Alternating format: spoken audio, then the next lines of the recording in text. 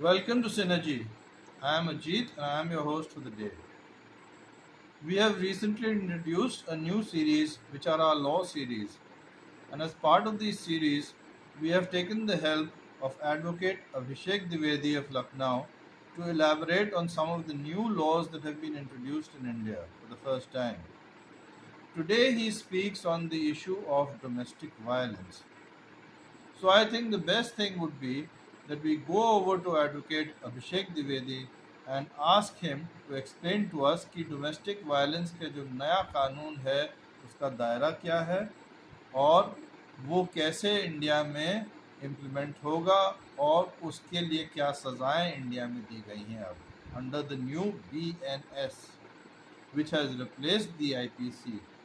तो अभिषेक जी, चलिए आप प्लीज टेक ओवर कीजिए और बताइए हमारे दर्शकों को कि BNS के अंडर डोमेस्टिक वायलेंस के कानून पे क्या नए प्रावधान हैं। तो आज बात करते हैं कि महिलाओं के प्रति जो अपराध हो रहे हैं उसमें सबसे आज के समय में जो सबसे ज़्यादा सवाल जो किया जाता है वह है कि जो शादीशुदा महिलाएं हैं उनके घर में उनके प्रति जो क्रूरता की जा रही है उनके पतियों या उनके रिश्तेदार के द्वारा, उनके पति या उनके रिश्तेदार के द्वारा, तो इस पे जो एक कानून बनाया गया है 498A जो भारतीय दंड संहिता में परिभाषित था और अब नए कानून के तहत BNSS के अंतर्गत इसको धारा 85 और 86 में परिभाषित किया गया है कि अच्छा इस कानून की आवश्यकता क्यों पड़ी आखिर में। तो 1983 में इस कानून को भारतीय संसद द्वारा पारित किया गया और उस समय की मांग के अनुसार चूंकि महिलाओं के प्रति जो घर परिवार के अंदर जो हिंसक व्यवहार था वो बढ़ गया था, इस आधार पे इसको आधार मानते हुए भारतीय संसद ने एक नया सेक्शन भारतीय दंड संहिता में इंट्रोड्यूस किया जिसको उन्होंने 498A का नंबरिंग किया और इस वर्ष जब नए कानून BNSS की स्थापना की गई, जब लागू किया गया तो उसको धारा 85 में इन्होंने परिभाषित किया है कि जो कोई भी में है कि पति या उसके रिश्तेदार किसी महिला को या महिला के प्रति क्रूरता दिखाते हैं उनके लिए दंड जो दिया गया है वह है कि 3 साल की सजा एवं फाइन के द्वारा उनको जो है इम्पोज किया जाएगा। पुराने व्यवस्था में 498A में केवल एक सेक्शन के अंतर्गत ही परिभाषित भी किया गया था, इस अन्याय को भी परिभाषित किया गया था एवं इसके अंतर्गत क्रूरता को भी परिभाषित किया गया था कि क्रूरता एक्सप्लेनेशन के पार्ट में उसमें दिया हुआ है कि क्रूरता किसे कहेंगे। लेकिन जो नई व्यवस्था आई है इसको इन्होंने 2 भागों में तोड़ा है, सेक्शन 85 और section 86, section 85 and 86 of the BNSS, जिसमें पहले भाग में अपराध और उसकी सजा को परिभाषित किया गया है सेक्शन 85 में और सेक्शन 86 में ये परिभाषित किया गया है कि क्रूरता किसे कहेंगे। अब क्रूरता के उसमें उन्होंने 2 भागों में रखा हुआ है कि एक में उन्होंने हरेसमेंट की बात की है और एक में क्रूरता किसे कहेंगे कि किसी महिला के प्रति क्रूरता कैसे हो रही है उसको इन्होंने परिभाषित किया हुआ है। ये तो बात हो गई कि परिभाषा क्या कहती है और व्यवस्था क्या दी हुई है। अब इसके वर्तमान परिस्थिति पे आते हैं कि इस व्यवस्था का उपयोग कैसे हो रहा है। अभी माननीय सर्वोच्च न्यायालय ने भी इस पे चिंता जताई है कि दुश्मनी निकालने के लिए भी इस धारा का प्रयोग किया जा रहा है महिलाओं के द्वारा, क्योंकि हस्बैंड के लिए या रिलेटिव्स जो हस्बैंड के हैं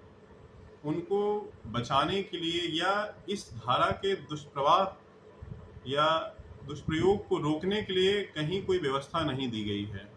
तो ऐसे में दिक्कत ये आ रही है कि FIR दर्ज हो जाने के बाद में जो रिलेटिव्स हैं हस्बैंड के, इवन हस्बैंड को भी जो जेल का डर है वो सताने लग रहा है। इसमें माननीय सर्वोच्च न्यायालय ने यह भी चिंता जाहिर की है कि ज़्यादातर मामले जो ट्रायल के दौरान झूठे पाए जा रहे हैं। ऐसे में जो मानसिक उत्पीड़न हो रहा है पति या उनके परिवार वालों का, इसको लेकर के कोई वर्तमान में कोई व्यवस्था नहीं है। एक और जो समस्या आती है कि इतने साल का ट्रायल झेलने के बाद जब पति और उसके परिवार वाले जब दोष मुक्त हो जाते हैं तो उनका जो इतने साल मानसिक उत्पीड़न हुआ उसकी भरपाई के लिए कहीं कोई व्यवस्था वर्तमान परिस्थिति में कहीं पर भी नहीं दी गई है। अब ऐसे में किया क्या जा सकता है, इसके बचाव क्या हो सकते हैं? हमारे उत्तर प्रदेश में जो वर्तमान व्यवस्था है कि अगर इस तरह की कोई शिकायत आती है तो पहले, चूंकि ये पारिवारिक मामले हैं, तो पहले कोशिश करती है परिवार बिखरने से बचाने के लिए, पुलिस भी कोशिश करती है कि मध्यस्थता के का उपयोग करके किसी तरह से इसको समझाया जा सके, सुलझाया जा सके। अगर मध्यस्थता का उपयोग करने के बावजूद भी ऐसा प्रतीत होता है पुलिस को, या महिला के द्वारा ये कहा जाता है कि वह किसी भी समझौते के लिए तैयार नहीं है, इस परिस्थिति में पुलिस के पास में कोई अन्य रास्ता ना हो पाते हुए मुकदमा कायम किया जाता है एवं उसके अनुसार ही विवेचना की जाती है। अब इसमें दिक्कत क्या आती है, क्योंकि ये पारिवारिक विवाद है। पारिवारिक विवाद से जब मुकदमा कायम हो जाता है तो पति पत्नी एवं उसके रिश्तेदारों के प्रति के मध्य जो रिश्ता है वो एक तरीके से खत्म हो जाता है एवं आगे चल करके यही इस मुकदमेबाजी के आधार पे फिर बाद में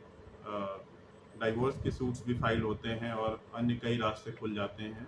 तो विवाह विच्छेदन का भी एक रास्ता 498 ये दिखाता है। हमारी जो सभ्यता है, हमारा जो भारतीय परिवेश है, उसमें खासकर हिंदू, अगर हिंदू की परिभाषा में अगर आप देखें तो विवाह विच्छेदन का कहीं पर भी व्यवस्था कस्टम्स में हमारे प्रोवाइडेड नहीं है। हाँ, नए हिंदू लॉज में भले सेक्शन 13 और 13 के अंतर्गत आप विवाह विच्छेदन कर सकते हैं, लेकिन पुरानी व्यवस्था अगर आप न्याय प्रणाली में न जाएं तो विवाह विच्छेदन का हमारे हिंदू धर्म के अनुसार में कहीं कोई प्रावधान नहीं दिया गया है। तो ये सब गतिविधियों के कारण ही जो विवाह विच्छेदन की जो रेट है भारत में, वो प्रतिवर्ष बढ़ता जा रहा है। इसमें कुछ कानून में सुधार की आवश्यकता है। पहले तो ये कि इस तरह के जितने भी मामले हैं उसमें एक प्रिलिमिनरी इंक्वायरी, मुकदमा दर्ज होने से पहले एक प्रिलिमिनरी इंक्वायरी की आवश्यकता है। सेकंड, एक जो हमारे आज की डेट में हो भी रहा है, फैमिली कोर्ट्स से काफ़ी हद तक कर भी रही हैं कि समझौता करा करके या समझौता मीडिएशन का रास्ता अपना करके शादियों को टूटने से बचा रही हैं। इसको तहसील स्तर पे और मेरी राय है तो हर एक थाना स्तर पर भी एक इस तरह का समझौता का एक रास्ता जो है, जिसमें सक्षम महिला अधिकारी इंस्पेक्टर लेवल की या लोकल वार्ड से कोई महिला जो काफ़ी परिचित हो, इनको सम्मिलित किया जाए, जिससे कि विवाह विच्छेदन की जो ये की संख्या जो बढ़ रही है इसको रोका जा सके जो है। इसके अलावा कानून में जो द्वितीय सुधार की आवश्यकता है वह ये है कि जब ट्रायल कंक्लूड हो जाने के बाद में जब ये पाया जाता है कि 498A या नई परिभाषा में 85-86 इनके ऊपर नहीं बनता है और इनको दोष मुक्त कर दिया जाता है, ऐसी स्थिति में भी कोई ना कोई एक व्यवस्था बनानी चाहिए जिससे कि आने वाले उत्पीड़न को, या जो उत्पीड़न पति और उसके परिवार ने झेला है इस मुकदमे के चक्कर में,